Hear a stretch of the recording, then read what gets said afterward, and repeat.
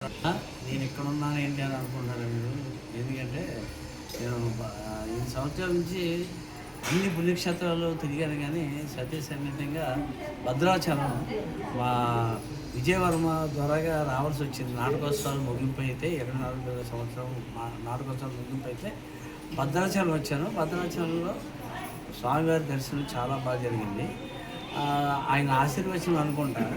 నేను ఎప్పటి నుంచో అరుణాచలం వెళ్ళాలని అనుకుంటానో కుదరతలేదు. కానీ యాదృచ్ఛికంగా ఇక్కడ నర్సాపూర్ అనే ఊరు, నర్సాపూర్ ఊరిలో ఒక శివాలయం టెంపుల్ ఉంది. అంటే సరే అని వచ్చాను, నేను మా మిసెస్ సమేతంగా వచ్చాను. వస్తే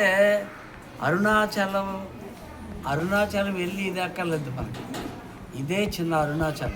ముందు ఈ అరుణాచలం వచ్చి ఇక్కడ దర్శనం చేసుకుంటే, దర్శనం అంటే ఒకటండి, శివుడి దర్శనమే కాదు, ఇక్కడ అరుణాచలంలో ఎన్ని శివలింగాలు ఉన్నాయో, అంటే 8 వస్తారు అష్టది మొత్తం 10, అదే అష్టదిక్పాలకులు శివలింగాలు, అన్ని శివలింగాలు అక్కడ ఎలా ఉన్నాయో ఇక్కడ అలాగే ఉన్నాయి.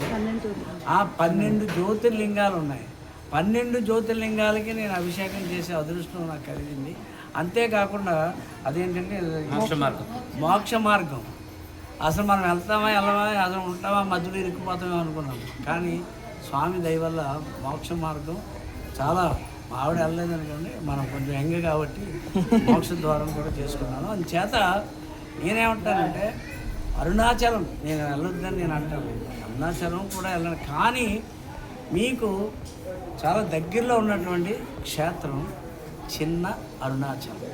అంటే చిన్న అరుణాచలం అని పేరు పెట్టారు, కానీ ఇది చాలా పెద్ద క్షేత్రం అవుతుంది, ఖచ్చితంగా అవుతుంది. నాకు 6th సెన్స్ తెలుస్తుంది. ఎందుకంటే నేను ఇందాక చెప్పకూడదేమో, నేను ఇందాక అక్కడ అభిషేకాలు చేసి అలాగ వస్తూ ఉంటే నాకు అప్పుడప్పుడు నాగరాజు వస్తూ ఉంటాడు, పడుకున్నప్పుడు కూడా కింద పడుకుంటాడు.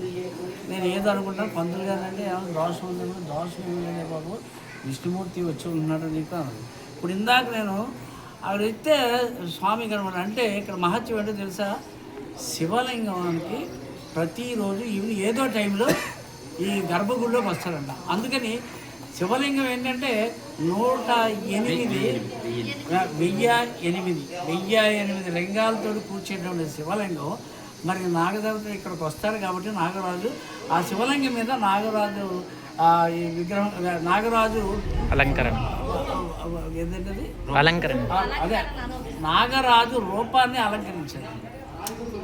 నిజంగా అది ఎంత మహత్యం ఇది. అందుచేత మనం ఎక్కడికో వెళ్ళాల్సిన పని లేదు.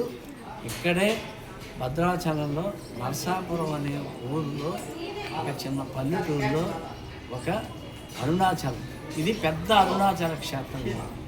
ఇది చిన్న అరుణాచలం కాదు, పెద్ద అరుణాచల క్షేత్రం. ఈ క్షేత్రానికి వచ్చి మీరు దర్శించుకోండి. ఇప్పుడు నాకేంటో ఇక్కడ ఏంటి ఎలాగొచ్చాను ఈ క్షేత్రం గురించి చెప్తున్నావు అంటే అటువంటి ఏం లేవండి. మనస్ఫూర్తిగా ఆ శివుడే నా చేత ఈ మాటలు అనిపిస్తాడు. సో ఈయన ఎంతో కష్టపడి ఈ ఈ ఈ క్షేత్రాన్ని బాగా అభివృద్ధి చేస్తున్నాడు. కాబట్టి ఈ క్షేత్రానికి అందరూ వచ్చి దర్శనం చేసుకుని మీ అదృష్టం, ఆ భగవంతుని ఆశీర్వచనాలు తీసుకుని మీ భార్య పిల్లలతో ఆయురారోగ్యాలతో అష్టైశ్వర్యాలతో సుఖ సంతోషాలతో ఈ అరుణాచల క్షేత్రాన్ని దర్శించి అవన్నీ పొందమని నేను మనస్ఫూర్తిగా మిమ్మల్ని ఏంటంటే కోరుకుంటున్నాను. దయచేసి మీరు రండి. నేను కూడా మళ్ళీ ఆ స్వామి అనుగ్రహం ఉంటే ఖచ్చితంగా వస్తాను కూడా. సో అందరికీ నమస్కారం. శివోహం, ఓం నమ శివాయ. వీలుంటే నేను కలికాల భరణి గారిని కూడా రిక్వెస్ట్ చేస్తాను, రమ్మంటాను. ఆ సమయాన్ని బట్టి నేను చెప్తానండి. మా ఊరికి అందరికీ మా పెళ్లి కాని వాళ్ళకి పెళ్ళి అవుతుంది, రావాల్సిన ఉద్యోగం అవుతుంది, కష్టంలో ఉన్న వాళ్ళకి సుఖాలు వస్తాయి, డబ్బు లేని వాడికి డబ్బు వస్తుంది. ఎందుకంటే శివుడు, నాకు తనిఖీల పనులు ఏం చెప్తాడు, శివుడు మన కోరికలు తీరుస్తాడు, కానీ ఆశలు మాత్రం ఇది ఉండదు. అంటే పులవమంటే నాకు అది కావాలంటే పులవ, మినిమం నీ కోరికలు తీరుస్తాడు. కానీ ఆయన నమ్ముకుంటే అంతా లక్ష్మి ఉంటుంది. అంటే మీ చుట్టుపక్కల, నేను ఎందుకు చెప్తాను, ఈ చుట్టుపక్కల అదే కాదు, మొత్తం మన ఆంధ్ర తెలంగాణ రాష్ట్రాల్లో ఉన్నటువంటి ప్రజలందరికీ చెప్తున్నాను. అలాగే అయ్యప్ప మాలేసి స్వాములకి కానీ అందరికీ ఇక్కడికి వచ్చి ఒకసారి దర్శనం చేసుకోండి. ఒకవేళ అయ్యప్ప మాలేసిన భద్రాచలం వచ్చినా కూడా ఇక్కడికి రండి, ఈ అరుణాచల క్షేత్రానికి రండి.